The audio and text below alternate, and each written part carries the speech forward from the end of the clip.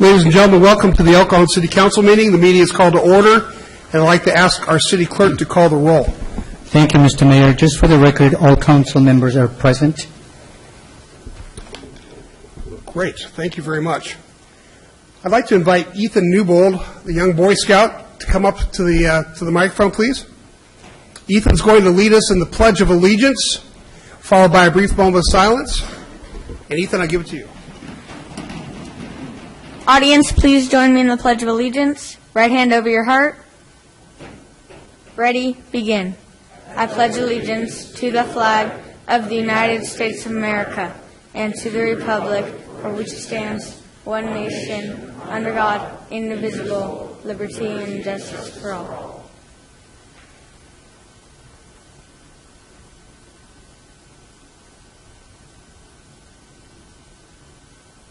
Thank you. Ethan, that was a fantastic job. And just to let you know, you'll be on television tomorrow night at 7 p.m. on Channel 24. You're not going to be able to go back to school. You'll be like a celebrity. So. All right. Sure to have all your friends watch you, too. The city clerk posted orders of adjournment of the October 10th, 2017 meeting and the agenda of the October 24th, 2017 meeting in accordance with state law and council authority successor agency to the redevelopment agency policy. We have several presentations on today's agenda, and would the council join me below?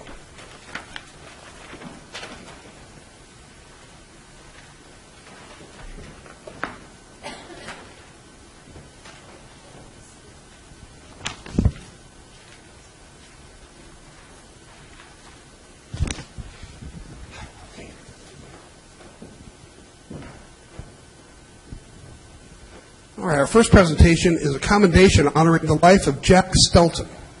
I'd like to ask his family and friends of the late Jack Stelton to please come forward and join the council.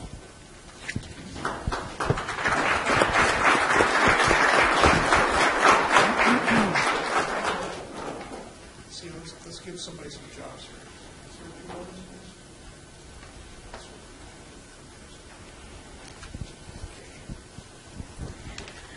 This is a commendation honoring the life of Jack J. Stelton. Whereas the City of El Cajon is honored to recognize the life of Jack J. Stelton and for his most generous donation of $204,000 for the cat area of the new animal shelter. After Jack's passing on May 26th of 2004, the City of El Cajon was notified that he had set aside this sizable contribution for the purpose of helping to fund the construction of the cat area at the much-anticipated new animal shelter. And whereas Jack was born on Christmas Day in 1925 in Burin, Illinois, where he remained until he joined the United States Navy at the age of 17 to serve in World War II. After the war, Jack moved to California, where he worked in the plumbing industry. Jack stayed active after retirement, becoming a licensed pilot and joining the Civil Air Patrol. He was also an honorary deputy sheriff, a proud member of the Shriners Scottish Rite, the Silvergate Masonic Lodge, the Elks Club of El Cajon, and the Aviator Club, the Quiet Birdmen. And whereas throughout his life, Jack had many four-legged loved ones that greatly enriched his life, who will no doubt greet him at the Rainbow Bridge. Along with a display of dedication plaque in his honor, the city will also place the Rainbow Bridge poem outside Jack's Cat Shack. His contribution will touch the lives of many and will add a modern, cat-friendly living environment that stimulates the feline's instincts to play, climb, and hide. The Cat Wing will add a beautiful and attractive element to a modern facility that the residents of El Cajon will be proud to visit.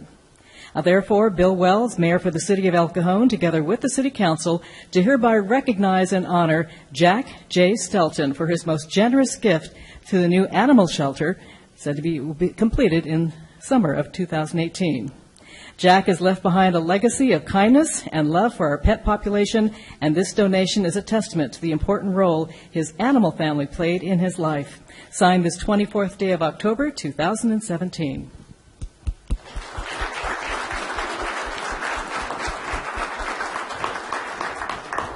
Well, we thank you so much for the generous gift that Jack left behind. Would anybody like to say anything, or we're a quiet group, right? How about you? Would you like to say something? Hi.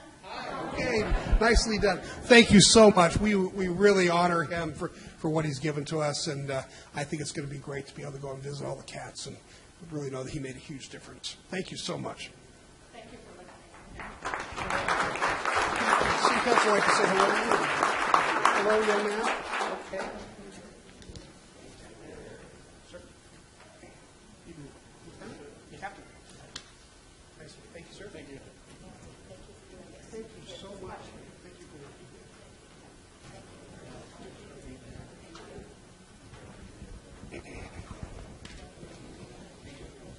for What an amazing gift. Wow, that's amazing.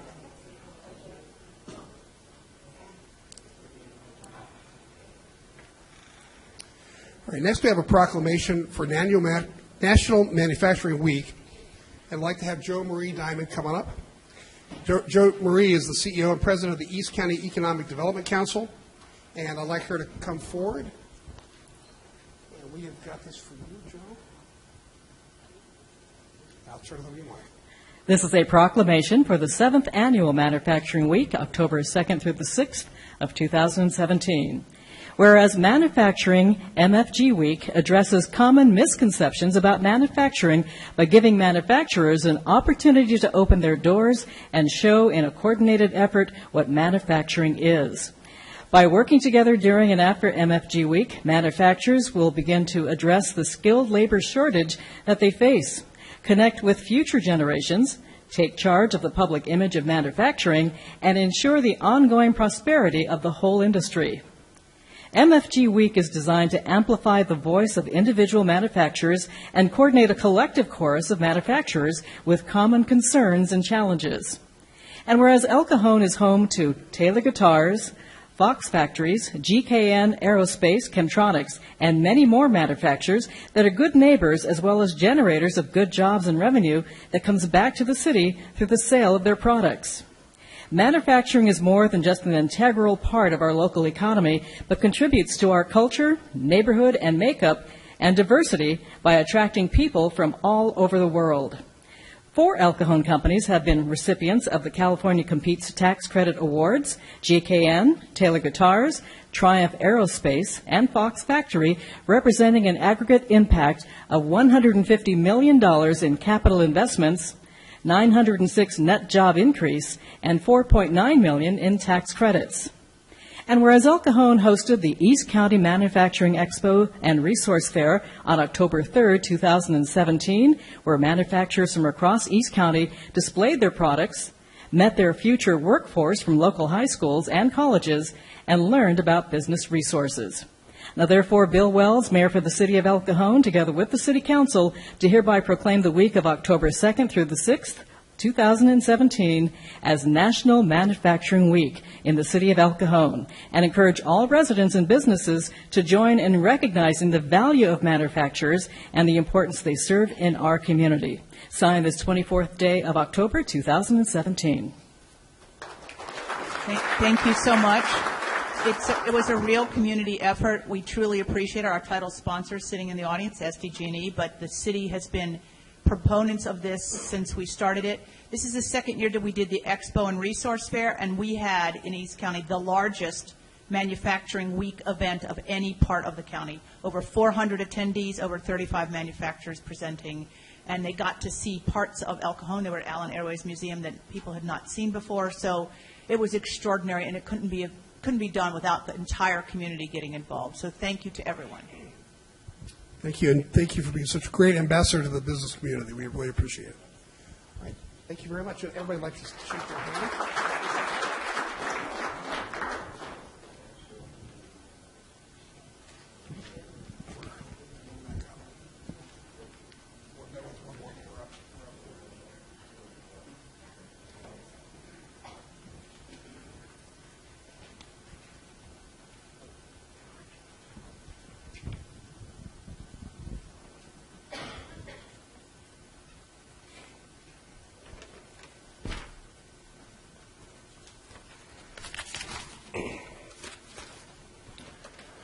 All right, lastly, we have a presentation by San Diego Gas and Electric Company. I'd like to welcome Mr. Cameron Durkle, Public Affairs Manager with SDG&E, who will make the presentation.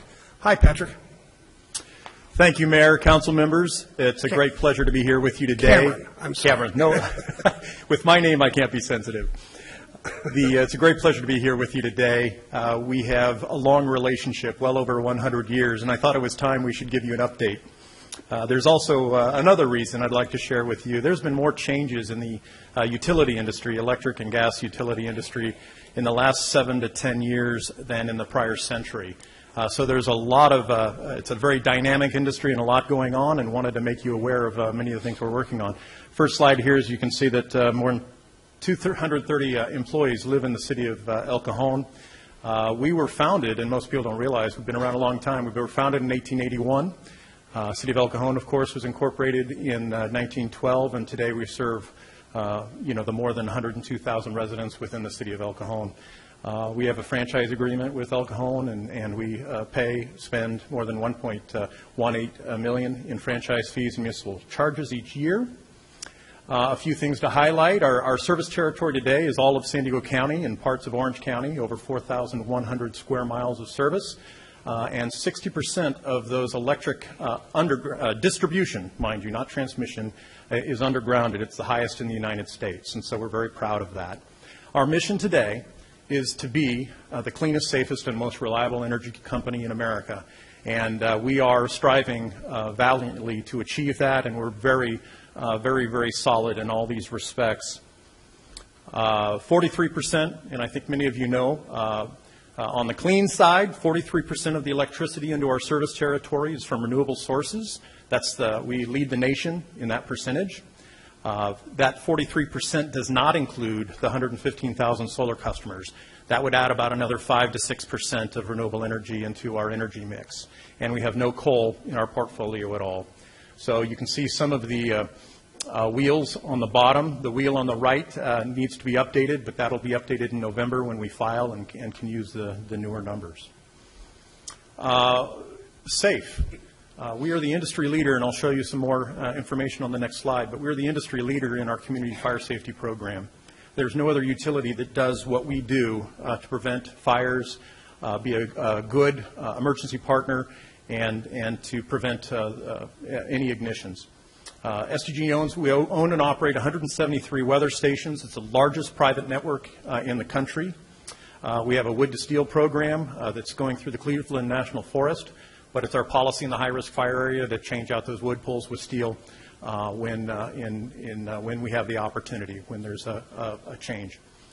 We have our vegetation management. We've got over 455,000 trees on a dynamic program where we monitor growth rates, when they were last maintained, all the information to make sure that those do not ignite fires in high winds or when trees fell.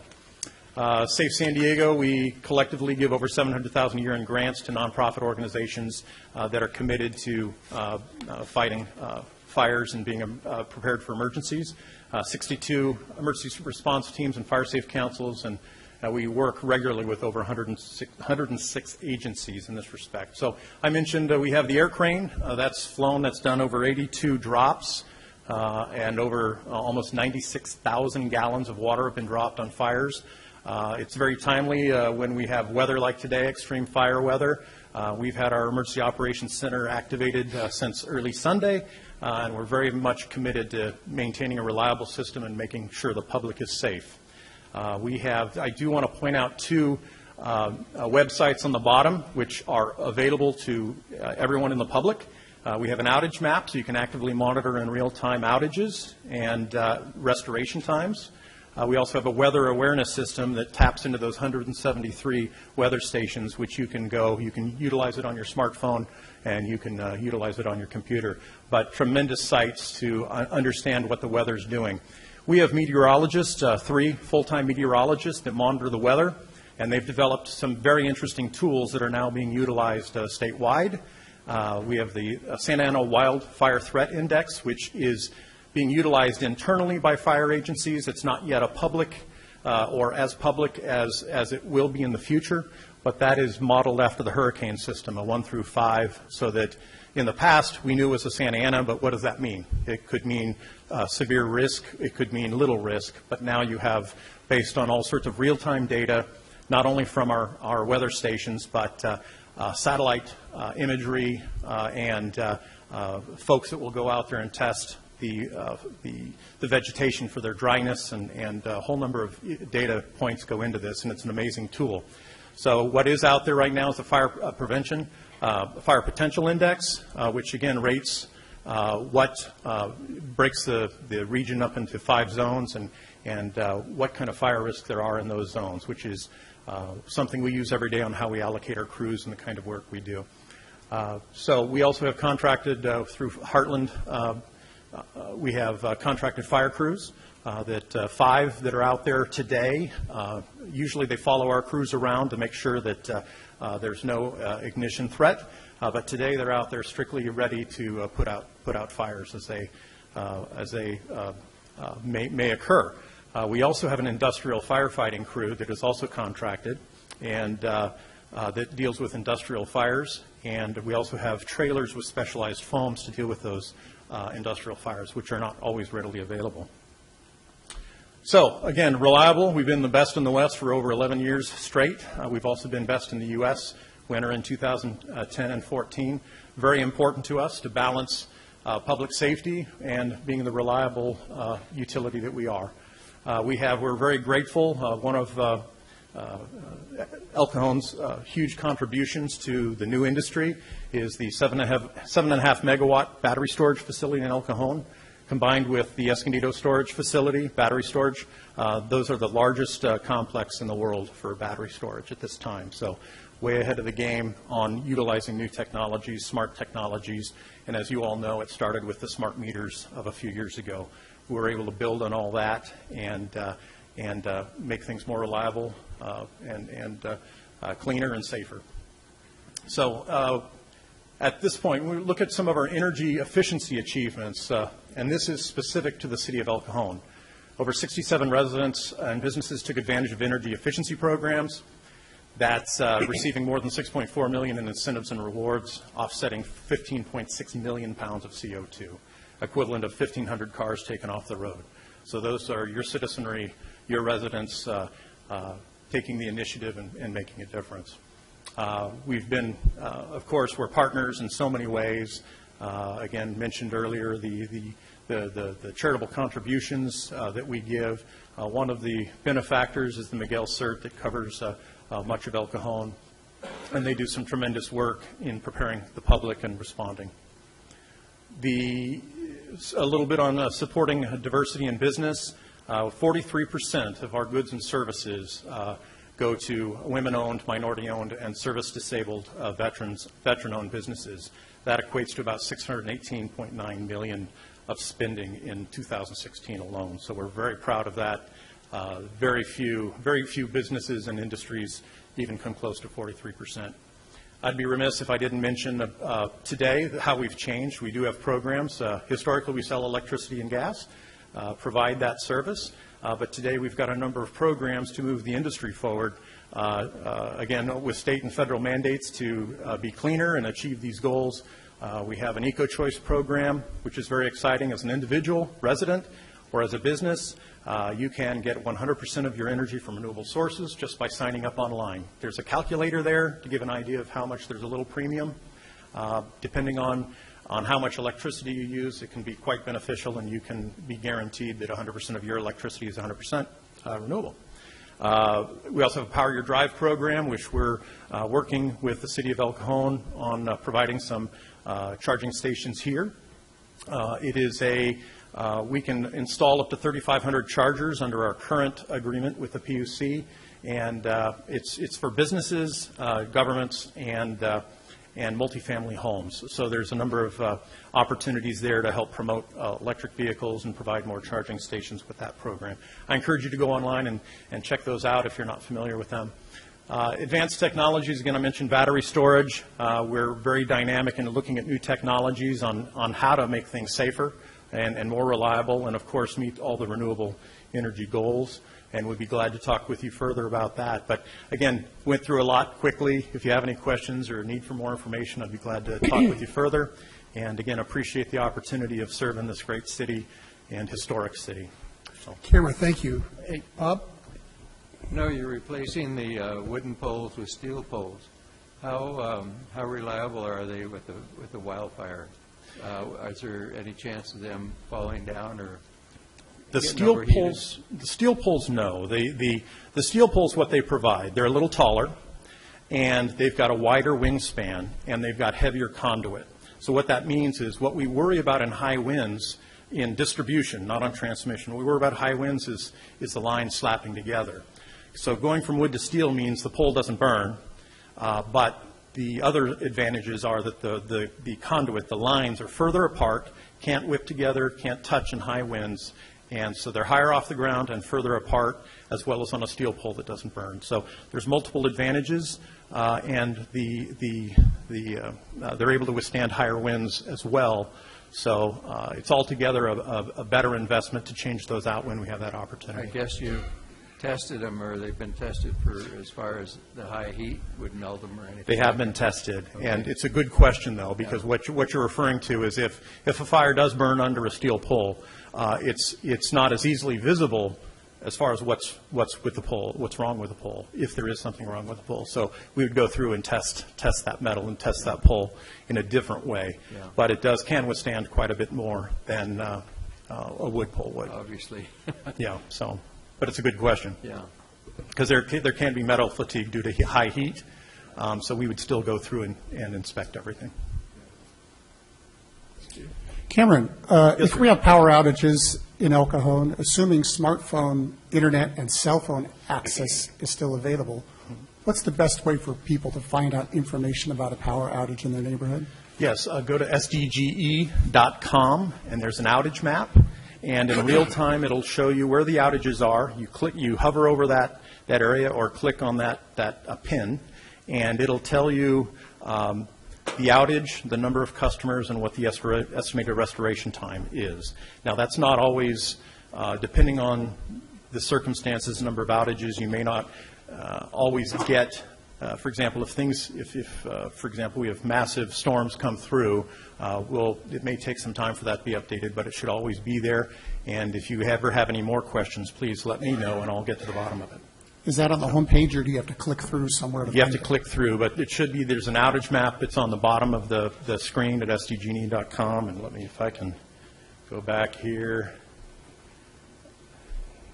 It's the outage map is sdge.com/safety/outages /outage-map. So I can send this around, but it's you can access it from the home page, and it should be our page has so much information on it. It's sometimes more difficult to navigate than we'd like. But the outage map is on the front page, and I believe it's bottom right. If we have a red flag warning, it'll have a special section of that page that'll provide that information. So it should be up to date. I guess I'd just suggest if that's a visible icon on the home page, it's very helpful to people. Absolutely. You can imagine the difficulty of remembering the URL here. So Right. if you have an opportunity to put input on making that visible, that's what people want to know is how long is it Absolutely. going to be and where is it? And so to I the will- extent that you can affect that. it'd be I will helpful. take that back, and we'll definitely do whatever we can to make that accessible and clear. Yes, sir. Cameron, thanks for that complete presentation. I do have a question, a couple of them actually. When I was first elected, I was interested in bringing charging stations, but when we ran the numbers, it didn't seem to be worthwhile. Do you know if those numbers changed? I know that in that world of electric charging, it sort of spikes up really quick sometimes. Mm-hmm. So do you know if it's, you know what the number is out here in El Cajon for? I don't know for the private sector. For our program, our Power Your Drive program, it is free in a disadvantaged area, which is a PUC, a state-derived disadvantaged area calculation, and we've got even an expansion of that. So the first thing we do is take a look at whether that business or multifamily home or residents are in a disadvantaged area by this term, by by this calculation, and if it's in that zone, then it's free. So we try and do banks of 10, and there has to be accessibility and all that kind of thing. There's certain standards to meet, but that would be free. As part of our program, if it's not in a disadvantaged area, it's about $600 one-time fee per charging station. So if you have 10, that's $6,000 one-time fee for installation. So this pilot project is significantly less than what you would encounter, but it does have some restrictions. The one restriction is the charging stations must be used by the business or the multifamily, residents of this multifamily or government. They're not necessarily open for the public based to some non-compete type concerns. And of the 350, I think that you said were allowed in your contract, was that correct? 3,500. 3,500. Have you installed any of these? We have. We've got a long way to go. We're about 600 now, last I checked.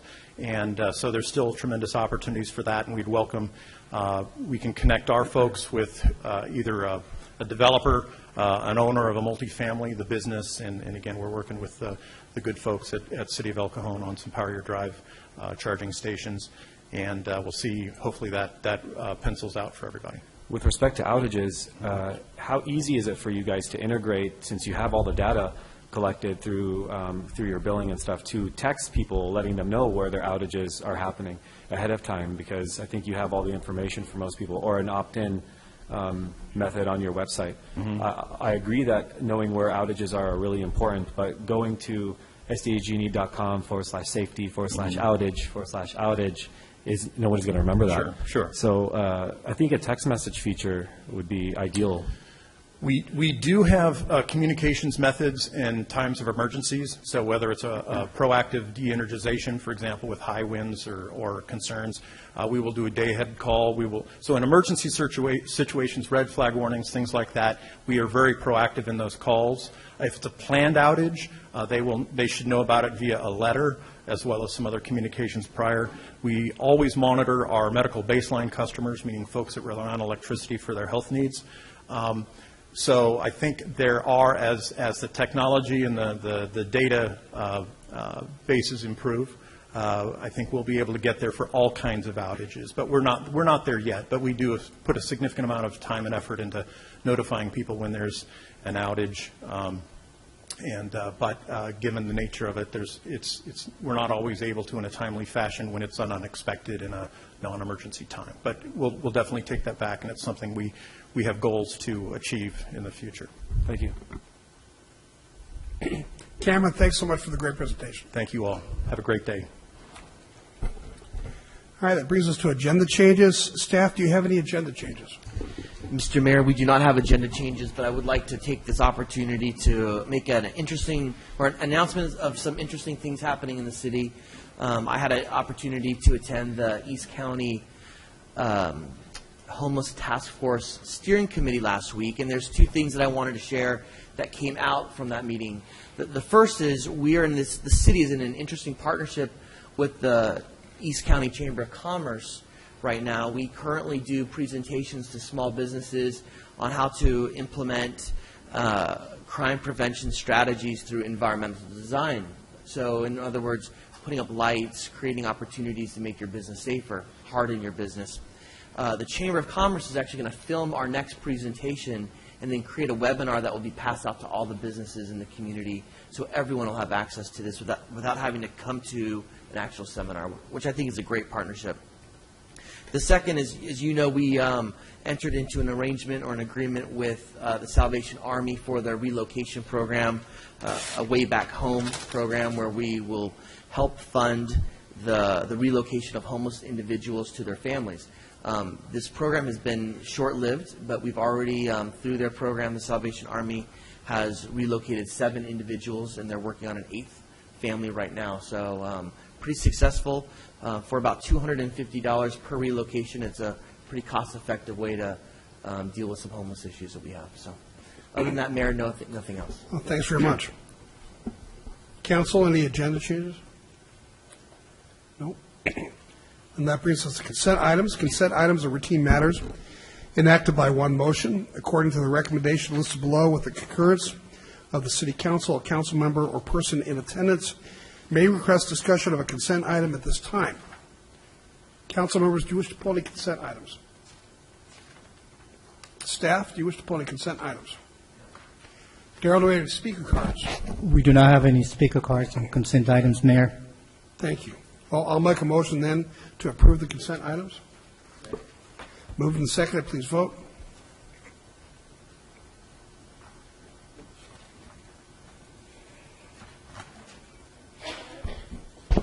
The motion carries 5-0, Mayor.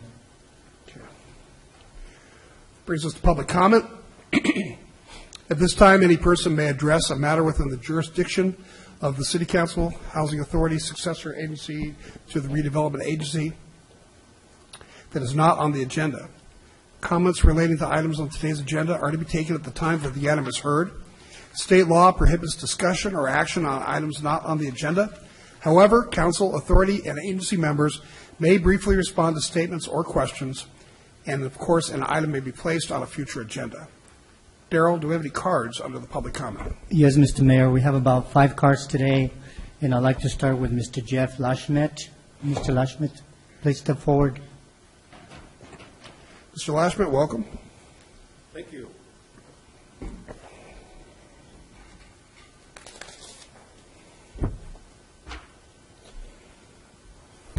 Mayor, City Council, my name is Jeff Lashmet, retired fire captain with the El Cajon Fire Department. I was here several months ago at the council meeting.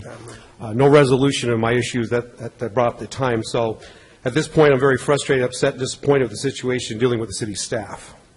I'm here to file a complaint against HR in the city manager's office. I'd like to explain how it got to this point, and hope I take less than 3 minutes to explain it, but I want to make sure you guys understand how this came to be and why. So first started when I applied for retirement and contacted HR and started over disagreement over sick leave benefits. I'll read you the Article 7, Section C1E states, after 10 years of continuous service, upon voluntary separation under satisfactory conditions, an employee shall be eligible to receive a cash payment equivalent to 25% of all unused sick leave, less the total number of hours converted to either cash, vacation, or combination thereof. Pretty simple, 25% minus what you converted. The next paragraph in Section 7, Article 7, Section C1EF states unused sick leave for retirement health insurance premiums. Under that policy, because I have 20-plus years service, I can receive 75% of my sick leave balance at retirement health savings account. Again, pretty simple. 75% to health savings, 25% to cash. An example of what the city, what HR is doing, we'll start with an example of basically 1,000 hours. This is just hypothetical. I had more hours than this. So if I had 1,000 hours of sick leave on the books, 75% would be 750 go in health savings account. 25%, as the first section says, and that's the order it comes in. So paragraph E comes before paragraph F. So according to the MOU, I should be entitled, under that 1,000-hour example, 250 hours is 25%. What HR does is they take the 750 hours for the 1,000 and say my new balance is now 250 hours and give me 25% of that, which is 62 hours. That constitutes 6.2%, not 25%. And gentlemen, that's huge. Had I not converted 1,500 hours of sick leave over the years to cash or vacation, in the case I did, I would have been entitled to $32,000 based on my balance at retirement. Well, their figure would have been $8,000. So that's a huge discrepancy in what HR is calculating based on the MOU. And that was never resolved. And so that's why, hence today, the complaint. Never heard back from anybody. So that was the grievance. And the fact that I never heard back, well, the city attorney returned my phone call. He's the only one that ever called me, actually. Thankful for that. And he's told me that Mr. Lynch actually talked to him, but Mr. Lynch never called me back about reinstating the grievance. So, closing that part of it, I believe that the HR department is denying employees benefits. Now, gentlemen, as part of the council, you're aware and you're responsible if this practice is allowed to continue. And my concern is for my fellow employees. The second thing I'd like to go over, Mayor Wells, did you receive the letter I sent you after? I did, yes. Okay, and did you receive the email I sent you? I did, yes. Okay, never heard back from you. So I don't know what the breakdown there was, but, You're involved in an employment dispute, and I can't get involved in that? okay. Well, there's no involvement at this point because there's no communication. That's why, hence the complaint now, because I have absolutely no communication from anybody. No even recognition that you received my letter, so. I understand. Okay, so that's the ongoing problem there. So I will not read, because I don't want to take up any more of your time, but I have a copy of the I'm not even going to go over the original grievance that I filed, but I have the letter, and I'm going to enter it with my complaint, and for you, make sure, because I wasn't sure you had it.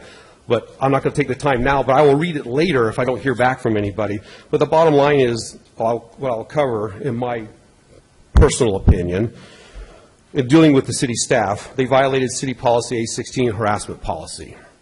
In dealing with HR, they were hostile and uncooperative. My issue has still not been addressed or even talked or discussed.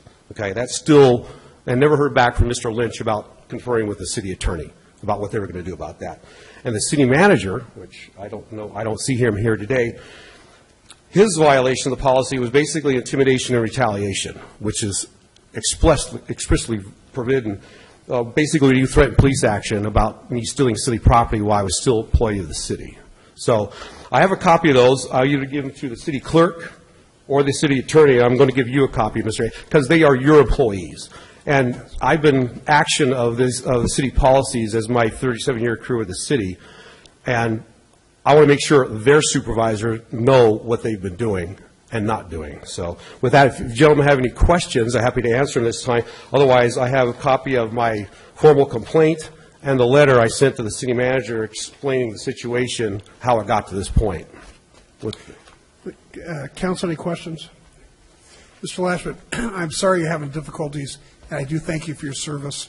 I hope that we can all find a way to resolve this issue before it gets to a litigation situation, but well, I can promise you, I'm not going to bother with litigation. I don't have, I'm not that just waste money on this. But who needs to be sorry is Mr. Lynch in the HR department and Mr. Wilford about how they, respond to this situation.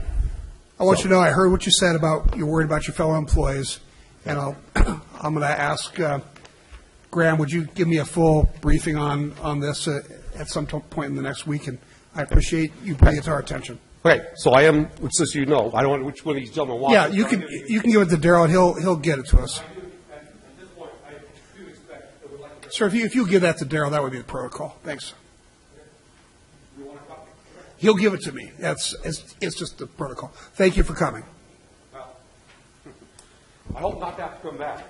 I hope it's resolved. And just so I'm clear, I would like not to have Mr. Lynch call my house ever again. He upsets my wife when he leaves this message about, my grievance has been dropped and to move on. So I would like to move on, not to hear from him. If you could just leave with Darrell the phone number you'd like to be contacted at. Yeah, that's all on my card, all on the letter, all on the complaint. Thanks, Mr. Lashman. The next speaker, Mr. Mayor, is Pastor Sean Bodine.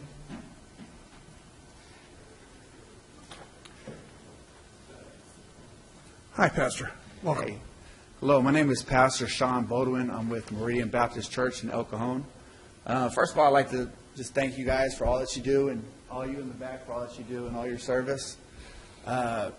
Me and my wife, as long as are with Pastor Roland Slay, we have a heart for this community in El Cajon, and as a lot of you know, we do a lot of work here in the community. And my wife, going to her school, El Cajon Valley High School, and seeing some of the kids, and her telling me the need for the kids, and we just had a meeting with Meridian Elementary School, and we're seeing some of the needs of the kids. I was talking with the principal, and a lot of the faith-based community were really reaching out, but I think we can do more. And so we prayed about it, and we decided to come up with a toy drive and with resources as far as haircuts, clothing, and anything else we could do to get them plugged in. So I'd like to just invite you guys, if you can, December 16th, it's Saturday, between 1 and 4. We're having the Hope Drive. It's the 2017 Hope Drive. It's the first one in El Cajon. HOPE is the acronym for helping other people every day. And the goal is we meet them that day, but build relationships with the people in the community to be able to provide more resources for them. And with that being said, I would like, as a member or a resident of El Cajon, and the people of El Cajon would love to have if some of their city officials or mayor could even just stop by for 1 second and say something. And if you want to speak for a minute or two, and if you have anything on your heart, or if you feel comfortable, even pray, whatever you want to do, I know the people of the community would love to see you there. We're expecting about 300 to 500 people at least this year. And then each year it's going to grow. We also worked with the Sunshine Haven Club, who does all the elementary schools in El Cajon, in East County, Lakeside, Rancho, San Diego, and also some of the middle schools. So they're getting involved with this. Dora from there, she's getting involved. And we're just trying to really get it out there and help as much people in the city of El Cajon as possible. So I'll repeat that again. December 16th, it's the week after Choice for Joy. It's from 1 to 4 at Meridian Baptist Church. That's 660 South 3rd Street. And I'll give everybody here an email. But I would like, and if you could just show up for a quick 5 minutes, say hello, that would be amazing for everybody in the community. We really appreciate that. Do you have a website? Yes, meridianbaptist.com. Excellent. Any questions, Council? No? All right. Thank you guys so much for your time. Thank you for everything. Pastor, didn't I hear that you recently had a baby? Yes. She's awesome, too. Her name's Grace. Congratulations. Thank you. And send us that email. At least I will try to come. Thank you so Send much. me an email. Well, I think it was his wife that had the baby. Yes, it was my wife. Matter of fact, your son was there too. His son is amazing. His son has helped me move, been there, so many different occasions. Isaiah is an awesome guy. Tell him I said thank you for everything he does too. All right. Next, Mayor, we have Mr. Richard Grayton.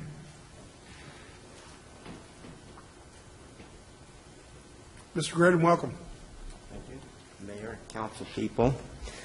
We're talking about helping people. The thing is that if you looked in the paper for October 17th, we had the part there on hepatitis data, and El Cajon was considered the second most having the cases.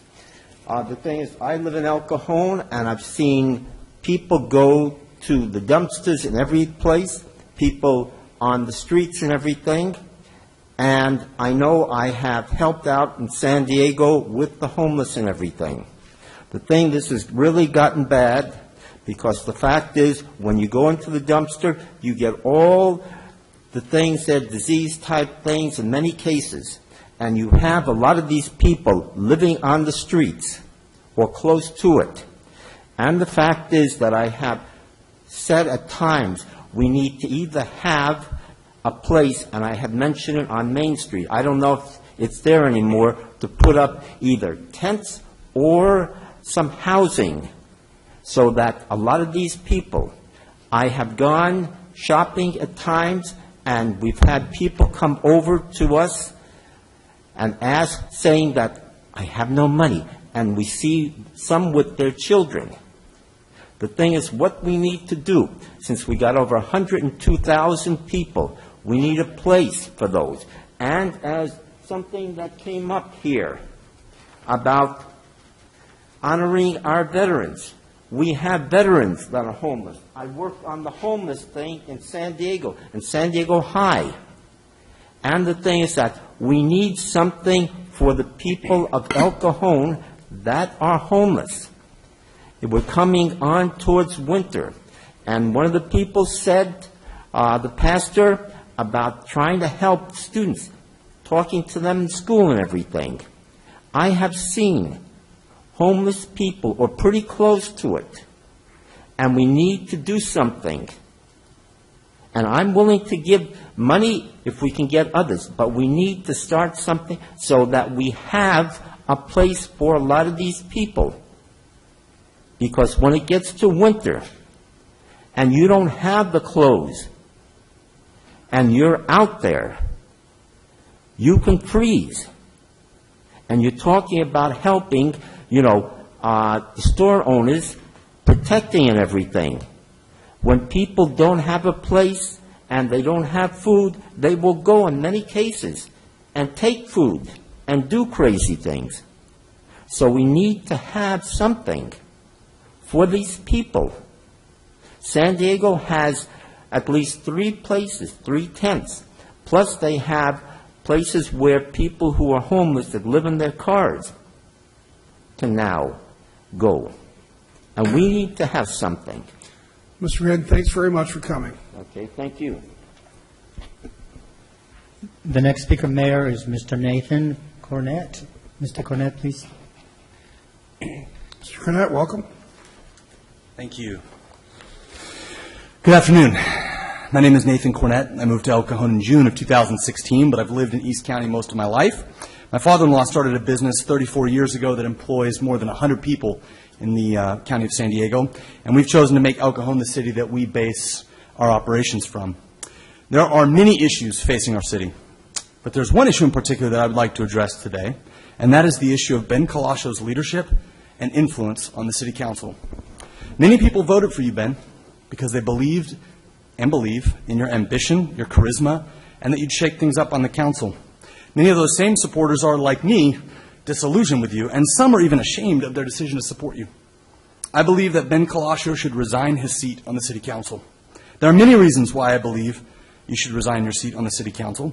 I could speak about the past convictions and current allegations of fraud as reported by the Union Tribune and LA Times, and as a matter of public record, Policy and procedure, Morgan, to keep his comments within the scope of the city. Okay. Let's see here. I think he's, This is public comment. yeah, it's a public comment, and he's talking about you as a public official. I think it's still within the realm of the public comment. Thank you. As reported by the Union Tribune and LA Times, and as a matter of public record at the San Diego County Superior Court, I could speak about the way your campaign handled finances in the 2012 elections, but my biggest concern is the way that you lead through fear and intimidation. The Union Tribune reports on August 7th, the amended complaint accuses Colascio of commenting lasciviously on Carter's physical appearance during the 2016 Miss Middle East rehearsals. It also contends that he denied her a fair opportunity at the title after she refused to accept his invitation to join him in his hotel room. You stay here tonight with me, and you win tomorrow. The lawsuit contends that he told the contestant. Colascio is also accused of creating at least 4 fake profiles on social media sites, then using the accounts to criticize business rivals. Fear and intimidation. In the wake of the Harvey Weinstein accusations, I wonder how the public in El Cajon feels about their own city councilman in the same category of a man like Weinstein, wielding his position to engage in a sexual power play over women who, through healthy competition and self-empowerment, are trying to better themselves and their community. Will the public of El Cajon give Ben Colascio a pass for this kind of alleged piggish behavior? Your published email responses to the UT reporter Jeff McDonald refusing to answer very basic questions and instead referring to him as a troll and then putting him on notice, suggesting an upcoming harassment claim, demonstrates a severe lack of concern for the concerns of the public and perpetuate a perceived pattern of fear and intimidation. On Ben's Facebook page, he refers to his opponents as cockroaches, and then he said, "You know what happens to cockroaches, right? Fear and intimidation." When discussing these issues with my wife in my home, she told me, "I don't think you should speak at the city council meeting. That man, Ben Colascio, can hurt you. He can come after you." Can hurt me? In my own home? Fear and intimidation. This kind of political leadership in our city is what motivates me to stand here today and publicly condemn and humbly request. May I have an additional 30 seconds? I'll give you 30 seconds because of the snafu before. Thank you. Humbly request a resignation from Councilmember Ben Colascio. I want better for our city, and I believe our public servant ought to be held to a higher standard. What kinds of social media posts will be made about me or my business after today? Will our livelihood be threatened by Ben Colascio after this day? Do I become an enemy of Ben Colascio to be referred to as a cockroach worthy of crushing? These kinds of concerns should not come from our elected leadership, and I refuse to give in to fear and intimidation perceived to be coming from you, Ben Colascio. Thank you very much. We'll move on to Ms. Peggy Burpo. Ms. Burpo.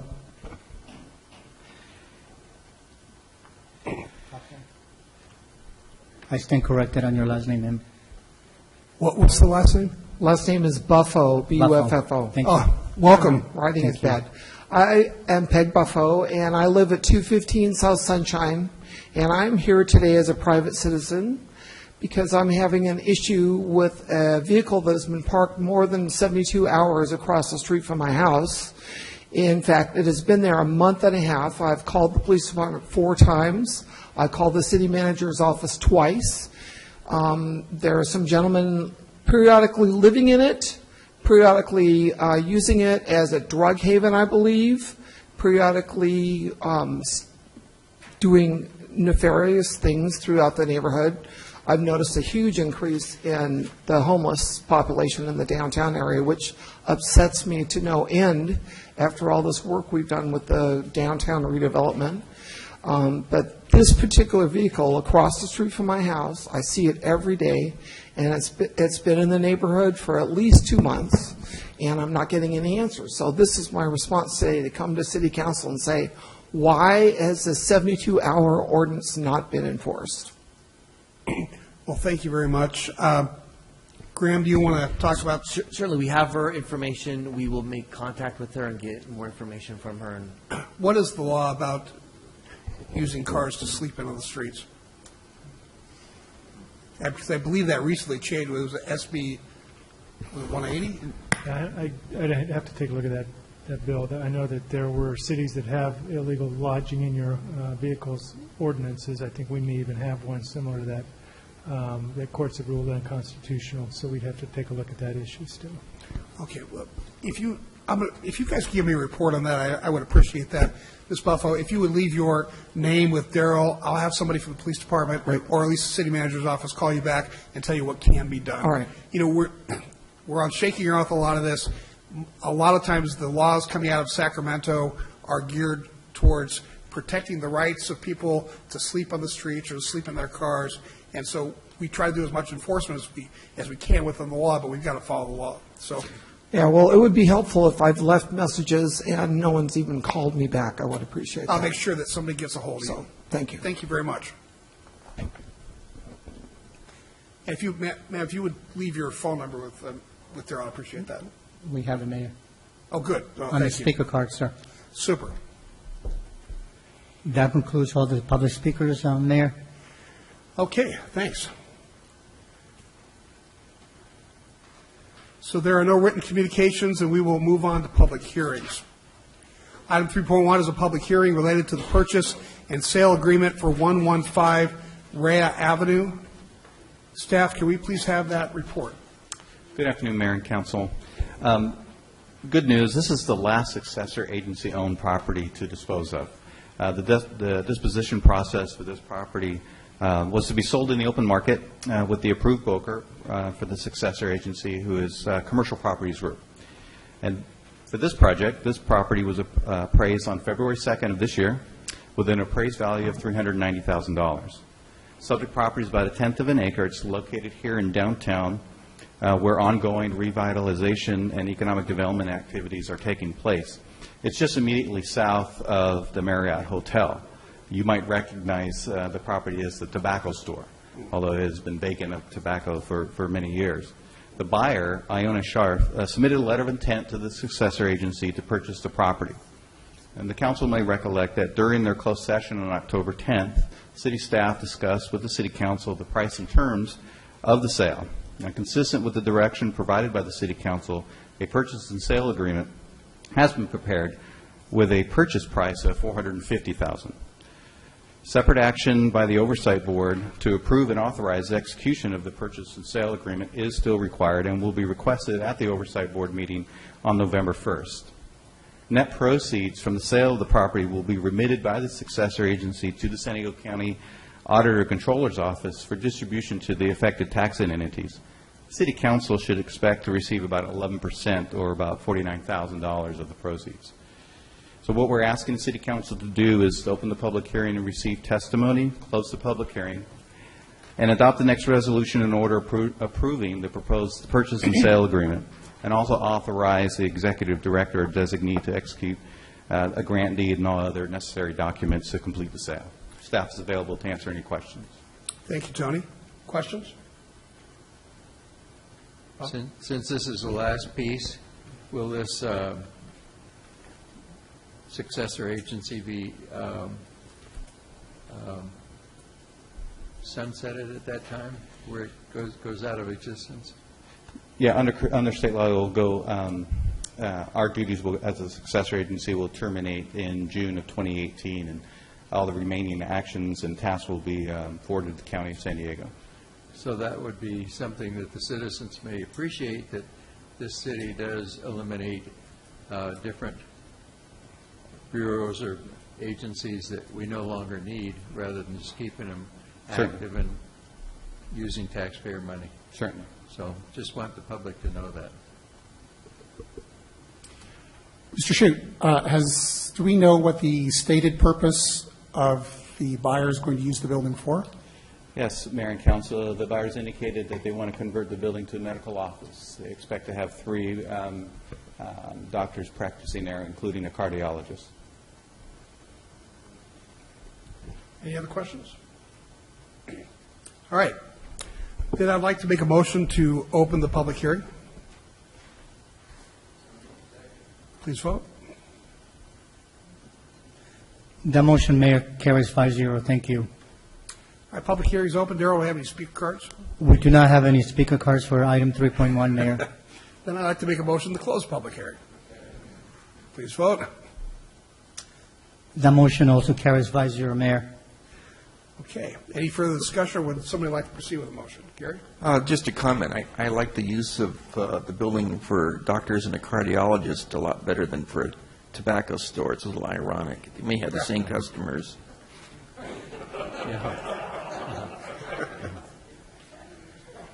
Okay. I would like to adopt the next resolution and authorize the executive director or designate to execute the grant deed and all other documents. Second. Let's move to second. Please vote. Once again, the motion carries 5-0, Mayor. Thank you. Thank you, Darrell. All right. We will now move on to administrative reports. There is only one administrative report, and we will start with the staff report on item 4.1, Property Assessed Clean Energy Program, which is also called PACE. Staff, would you please tell us about this item? Yes, Mayor and Council, this is informational only. The Council may recall back in 2014 when you authorized the first PACE programs to enter into contractual agreements with El Cajon property owners to allow the financing of energy efficiency projects such as solar and water efficiency improvements such as fixture replacements or enhanced landscaping, low water use. This unique approach allows property owners to finance over a certain amount of time the cost of energy efficiency improvements such as the solar or window replacement, and the payback is through the property owner's tax bill. So there are currently 5 programs operating in the city to date. Each program offers funding for a specific range of improvements. In 2014, the City Council authorized California Hero and California Enterprise Development Authority. In 2015, authorized 3 more. So you can see that there is some competition amongst these providers, some kind of overlap. So hopefully that would work out for consumers in acquiring the best price. So to date, this is the number of projects that have been completed in the city. The lion's share have been completed by 2 programs, Hero and Wygreen. So the significance is, so this table here, you can see that there's almost 1,500 applications have been approved. There's been a savings in water conservation in north of 6 million gallons, substantial amount of energy saved, significant amount of emissions reduced. So to give you an idea, about 1,900 metric tons equates to about a little over 4,000 passenger vehicles being removed from El Cajon City streets for a year, or over 2 million gallons of gasoline not being consumed. So 18, almost 19 metric tons of emissions being reduced is certainly significant. So we just wanted to give you an idea of what's going on since 2014, such a short amount of time, and staff is available to answer any questions that you might have. Thank you, Tony. Any questions for Tony on this? All right, we appreciate the report.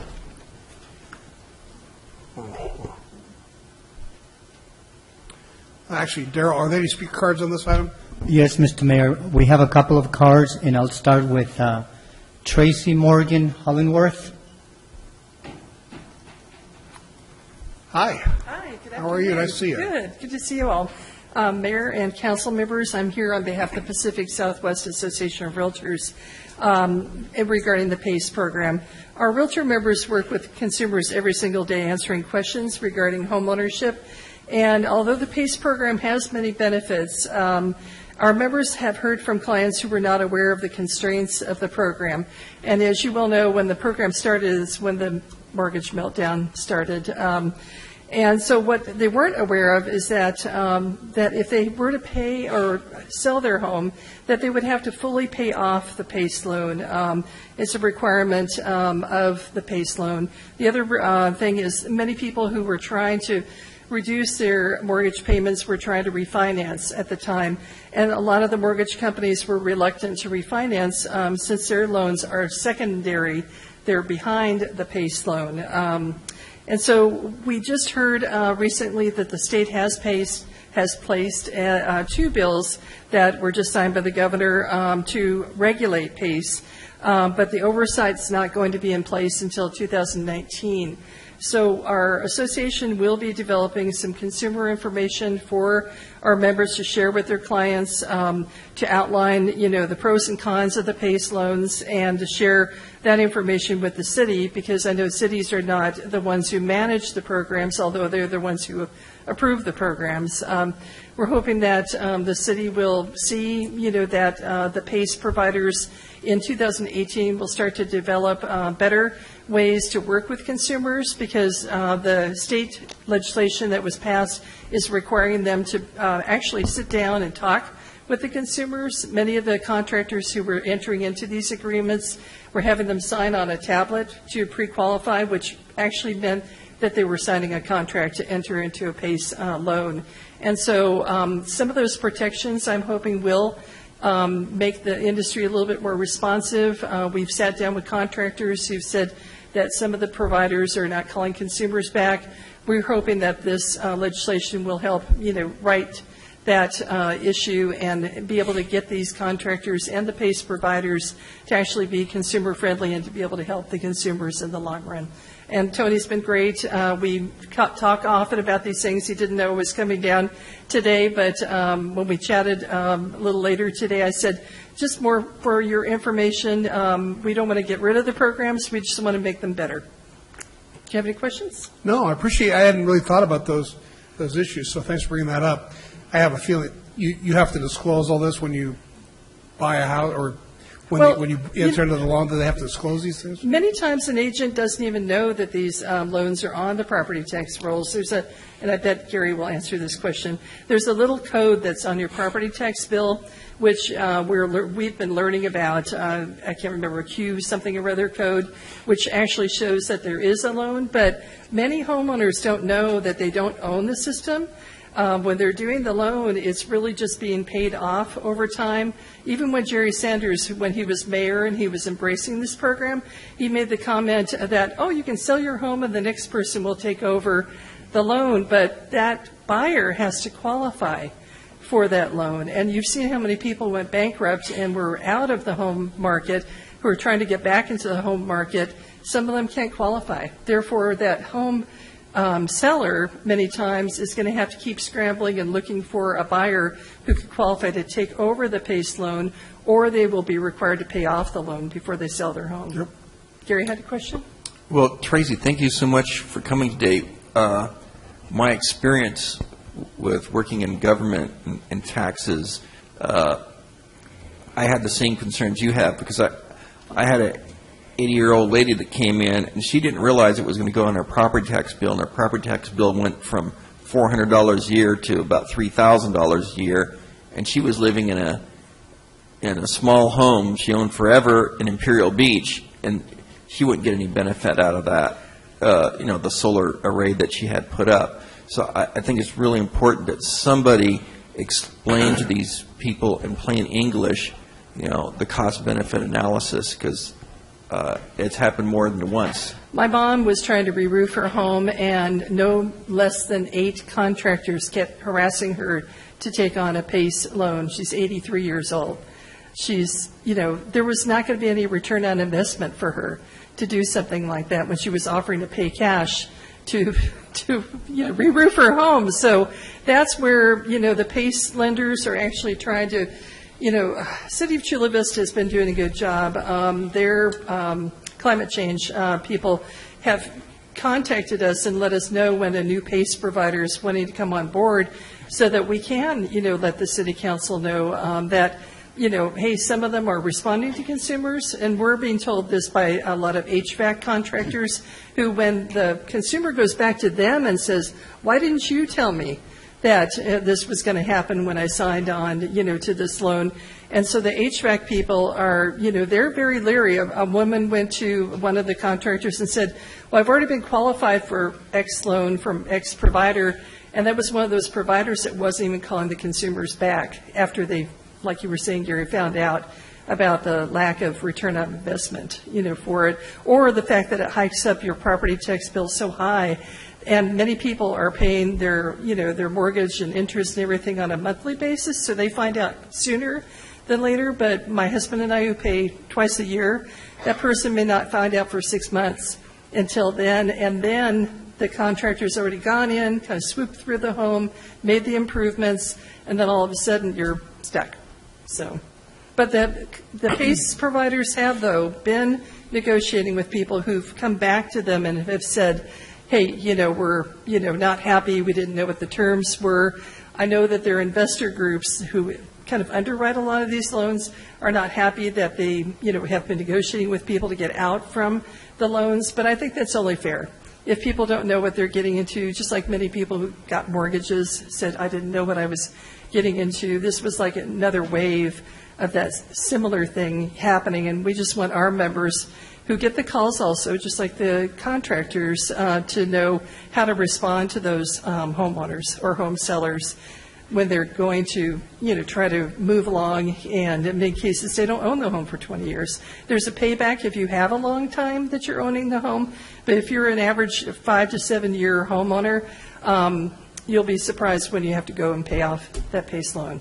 So we'll keep you apprised, and thanks, Tony, for all your support. Really appreciate it. Hold on one second. I have a question for Mr. Foley. Does the city have the ability to create an ordinance that would require these types of loans have a disclosure in plain English explaining what's happening? Because I've seen some of these contracts, and I've got an MBA in real estate, and it was tough for me to figure out what they're saying. Sorry.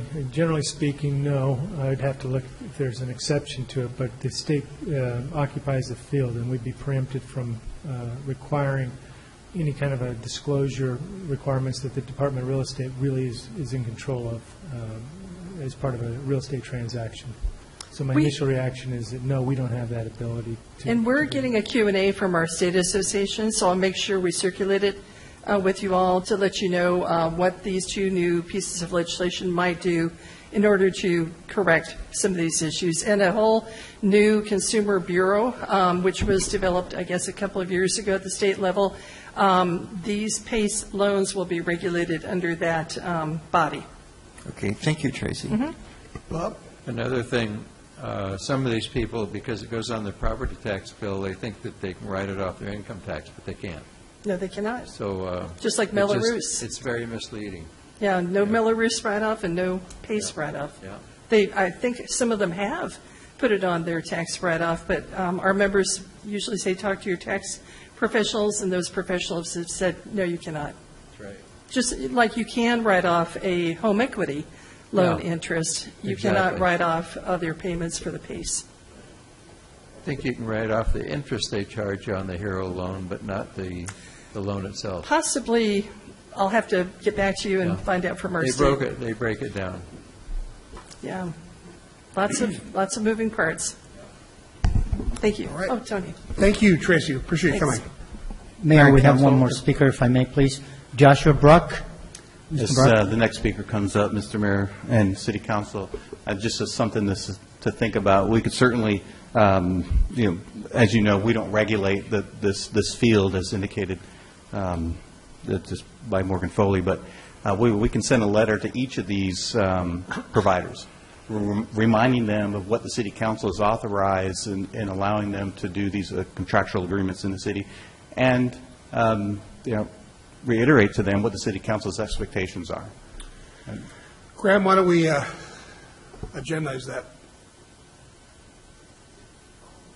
Or at least put it go through the process of putting on the agenda to be agendized. Certainly. Sir, welcome. Auspicious timing. My name is Josh Brock. I'm the Director of Market Development for Renovate America. We operate the HERO PACE program. And I wanted to stop by really just to make sure Council had the opportunity to answer any questions that you had, and it seems like there might be a couple areas where I'd be able to provide some insights. And I know, so earlier today and perhaps yesterday, I shared with Tony a document that breaks down the legislative changes that happened this year. So 2 bills were signed. We were very supportive of and worked with banking, finance, real estate, and consumer groups to make significant changes and enhancements to the PACE statute. In the interest of 3 minutes, I won't go through all of those, but it's a document we'd be happy to circulate so you can see what enhancements happened to it. I did want to take a moment just to address a couple things so you can understand sort of transactionally how all of this takes place. You don't have to hurry. I'll give you as much time as you need for this. Thanks. Awesome. Thank you, sir. Better? So I have a loud voice. I'm always conscious of not screaming into a microphone, so I will modulate.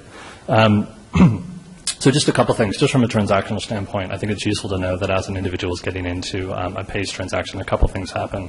One, they sign a disclosure document that's based on the mortgage before you owe document, so it is functionally identical. If you were to compare the two side by side, you'd see that they're very similar. So and it was based off that and from feedback from the mortgage and real estate industry that document was developed. But that's not sort of all the disclosures, and I'm actually in the process of selling my home and buying another home through the Pacific Southwest Association. I've signed 1 million disclosures, and I'll be perfectly honest, I haven't read all of them. So understanding how consumer behavior works, we also do a live confirmed terms call. So before you're allowed to sign any financing documents, before you're allowed to proceed with any project, you get a live recorded call. We've been doing this for over a year and a half, where we call you, we explain the terms of the financing, we ask open-ended questions to make sure that you understand what the project is, what the cost is, you understand that it is an assessment placed on your property, paid back through your property taxes. If you have an impound account, there can be impacts to your impound account. That in the event of a sale or refi, that you may have to pay off the PACE assessment, and I'm happy to provide statistics on sort of what that ratio is. And then in addition to that, there's additional sort of consumer protections that we have in place. But we did recognize that there were more enhancements that this industry needed, which is why we went to bat for legislation this year and got 2 significant bills passed. So going forward, as one, regulations still have to be developed, but there are some items that were already included in the bills that require more immediate action. So one is going to be income-based underwriting. So PACE, as you may be aware, was based on your equity in the property and your payment history on a handful of items like your property taxes and your mortgage. It's now, income is now a requirement of this one, and it's not a DTI, which is a debt-to-income qualification. Instead, it's a residual income, which is a stricter sort of view of your income and how you may qualify. So PACE will now be going forward with an income verification process, not just a stated income, so that we can ensure that borrowers that do come forward, one, can qualify under the normal criteria that was originally established, but also have the income to support any burden to which the PACE assessment would place on their finances. There's a number of other changes that take place with that, including significant liability was added to the PACE providers so that if we approve projects that the homeowner can't afford because we miscalculated, we approved them for more than they should have been approved for, we're the ones who are online for that. And then the regulator also has the authority to do additional activities like ban contractors. It has the ability to fine and sanction us, the PACE providers, for misstatements. And errors in the way that we operate, as well as annual audits and disclosure of data in a public way. So the data that we'll be collecting will go to our regulator as well as to the public agencies that issue the municipal tax bonds that back PACE assessments, so that there'll be even greater transparency in the PACE transaction, as well as to public agencies like yourselves, so that if you have concerns or if you want to know more about what's happening in your community, you'll have a deeper access to the data about what's going on. With that, I had a couple other sort of minor things I did that I think I can perhaps just correct off the record, but I did want to take the opportunity to, one, say thank you for the opportunity to speak and to provide these updates. And two, we do have active and ongoing relationships with various realtor organizations, and you and I haven't had the chance to meet, but always open to the opportunity. Would love to support all of our organizations to make sure that they have the tools and resources to know what's happening in the PACE transaction, as well as if there are snafus or things that happen, as well as if you hear something from your community. We take our job very seriously, and we acknowledge that functionally we are borrowing a public benefit, which is your taxing authority, to allow this program to operate. And so we understand that at any point you could decide we are not being a good partner to your jurisdiction, and that you can remove us and our ability to operate in your city. So we take that very seriously, and so we always want to be a good partner to make sure that we're serving you and serving your constituents in a thoughtful and beneficial manner. So thank you for that. Thank you. I have a question. Sir, what's the current interest rate range for these loans, and what's the amortization period, the payback period? Sure. So the interest rates for our program, I can't speak for every program, is currently from the low end at 2.99%. To the high end at 8.35%. Now, the amortization is 5, 10, 15, 20, or 25 years. However, state law requires that the project amortization can never exceed the effective useful life of the product. So an example of that is a solar project. Solar will last you 20 years or 25 years, so that's okay to finance for that.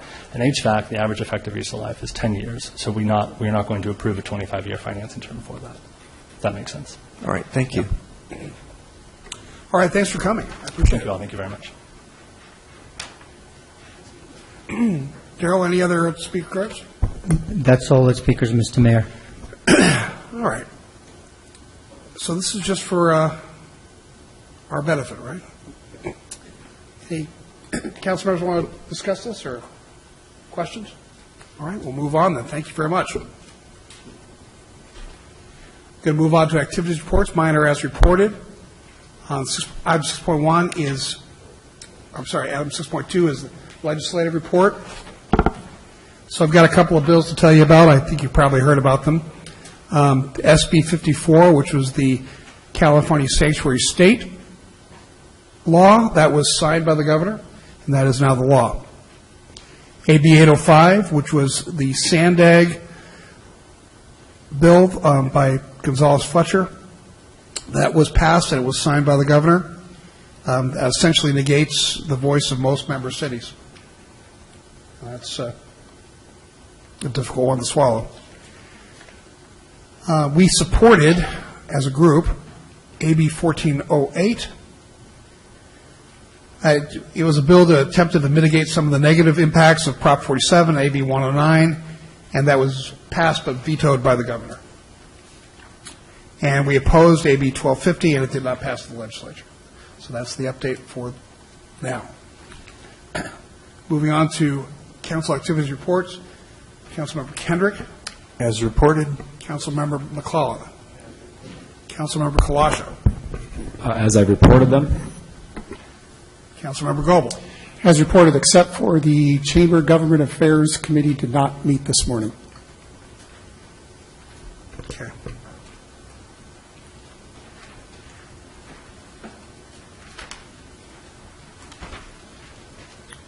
All right. Item 10.2 is brought to us by Mr. Goebel. And Mr. Goebel, I'll let you put it. Mr. Mayor, Council, this is just a housekeeping item to update the city policy regarding electronic devices. A policy which doesn't really have any penalty. It's more of a pledge.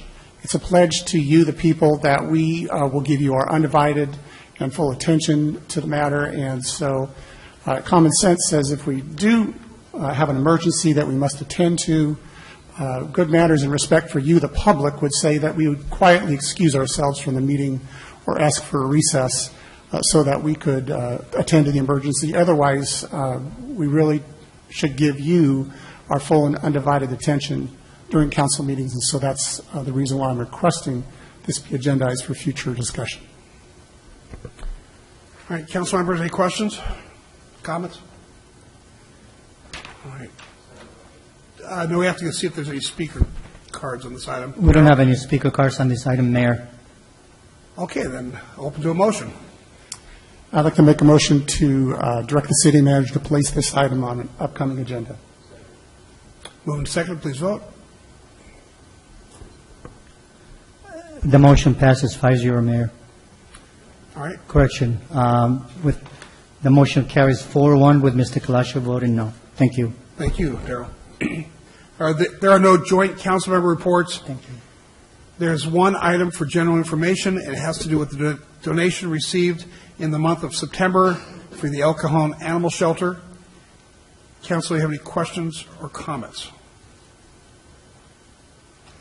Graham, would you tell us about this? This is, the city received a $568 donation for the animal shelter. It was given to the city anonymously, or they want to remain anonymous, and this is just a receive and file information piece. Thanks, Graham. Any questions, comments? All right. Item 13.1 is a proposed urgency ordinance implementing a prohibition on food sharing and distribution services and events in the city of El Cajon. Staff, would you tell us about this, please? Frank, thank you. Good afternoon, Council and Mayor. Currently, the city's municipal code allows groups to meet in city parks for the purpose of feeding homeless individuals and individuals in need of food assistance without permit or any regulation. The municipal code allows a group to hold these activities 2 times every 90 days, so essentially 8 times per year. Based on our research, we estimate that there are at least 10 feeding events at Wells Park alone each month, with some months higher. We also estimate that as few as 5 and as many as 50 individuals come to the events. Many times after these events, trash is left behind, and the city does not have any party to hold responsible for the time necessary to clean up the park after the events. Also, the concern about the hepatitis A in our community has been documented in recent media reports. As you are aware, the County of San Diego declared the outbreak a public health emergency on September 1st, and the state issued a declaration of emergency on October 13. Staff has drafted an urgency ordinance that would prohibit food sharing events on city property, including city parks. Events such as family reunions, birthday parties, or sport team celebrations would not be impacted by this ordinance. Staff believes that because of its efforts to curb the spread of hepatitis A, this urgency ordinance is necessary. Staff believes that this ordinance will provide additional protection in our parks. Because this is an emergency ordinance, it is only effective for a limited time until the public health emergency is lifted by the County of San Diego. During this time period, staff will complete necessary research regarding the best practices from around the region. It may be repealed any time, but staff recommends to keep it in place so long as there are public issues regarding health. Thanks, Frank. Appreciate that. Council, any questions for Frank? Thank you, Frank. I have a question. Oh, Bob. Some of these groups probably are pretty careful about what they're handing out. Is this really necessary? I mean, I don't believe in enabling the homeless, but at the same time, I'd rather see them get clean food from a family or a church group or whatever than picking out of the dumpster. Right. And the primary concern is that we don't even know if they have TFFs or temporary food facility permits by the County of San Diego. And in order to do this, you would have to have a permit by the County of San Diego. Other cities in our own research, like the City of San Diego, have just a form that they give out to all the groups going into their parks. If you look at the bottom left photo, you can't see it too well, but you'll see a box on the ground with food in it. That's actually a food health violation right there. You're not allowed to have any food sitting on the ground like that. I see. Well, have we brought it up to these groups that they need that before they can do that? We have it informally, but this will be more of a formal approach. Yeah. Okay. Thank you. Thank you. Darrell, we have any speaker cards on this item? We do not have any speaker cards on item 13.1. All right. Council, any discussion? Gary? Well, the primary job of the city is to protect their citizens.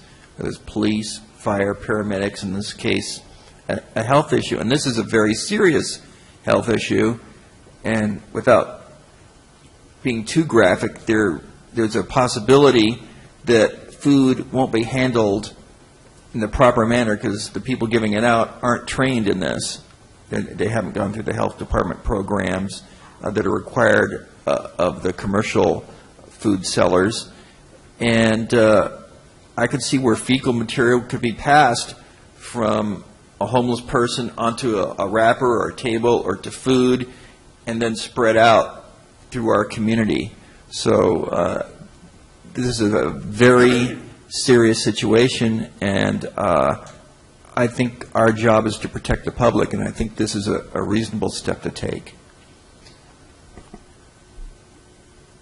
And this ordinance is only effective as long as the county has an emergency order. This ordinance would expire upon the expiration of the county emergency order, correct? That's correct. It would give the city staff some time to come back with a more permanent, long-term solution for the city council to consider. But as long as there is a county or statewide emergency, or in fact the city council could have still a concern, even though the county may have lifted that, it gives you that opportunity to continue the emergency ordinance in place. Any other comments or questions? Yeah, I'm with you, Gary. I'm always concerned about overregulation to the point where you can't help people, you can't do good things. But people are dying because of HEPA. I think we've got to do everything we can to protect the public. So I think in an emergency situation, it makes sense. Anybody like to make a motion? So moved. Moved and seconded. Please vote. Motion carries 5-0, Mayor. Thank you. Thank you.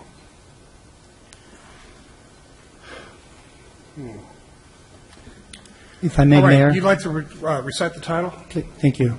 An urgency ordinance of the City of El Cajon implementing a prohibition on food sharing and distribution services and events in the City of El Cajon. Thank you. Thanks. All right, moving on to item 14.1. It's a second reading of ordinance number 5065, amending Titles 1 and 17 of the El Cajon Municipal Code to increase fines and penalties for violations of land use ordinances and to add a new chapter, 17.243, addressing personal marijuana cultivation of marijuana and prohibiting of commercial marijuana activity. I understand that our city attorney would like to speak on this proposed ordinance. Morgan? Nobody told you? No, nobody told me, and Can you? I've read the ordinance, so. You're not going to give us an extemporaneous rendition? That's Okay. right.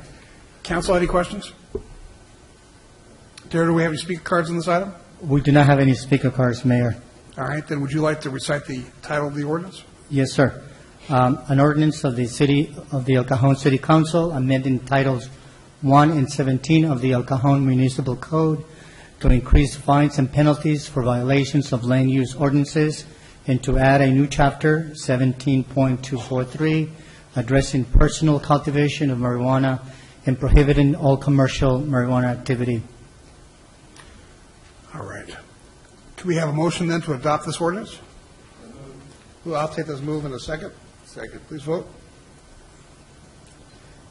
Ordinance 5065 carries, Mayor, by 5-0 vote. Thank you. All right, there are no closed session items, and this brings us to the adjournment of the adjourned regular joint meeting of the El Cajon City Council, El Cajon Housing Authority, successor agency to the El Cajon Redevelopment Agency, held this 24th day of October 2017. This meeting is adjourned till Tuesday, October 24th, 2017, at 7 o'clock p.m. Thank you very much.